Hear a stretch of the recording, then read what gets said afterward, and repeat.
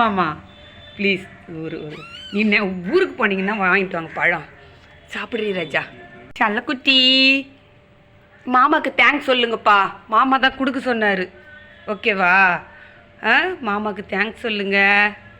செல்லக்குட்டன், பட்டிக்குட்டன், இந்த பொழுது போயிட்டு எவ்வளோ அழகாக இங்கே வந்திருக்குறாங்க பாருங்க.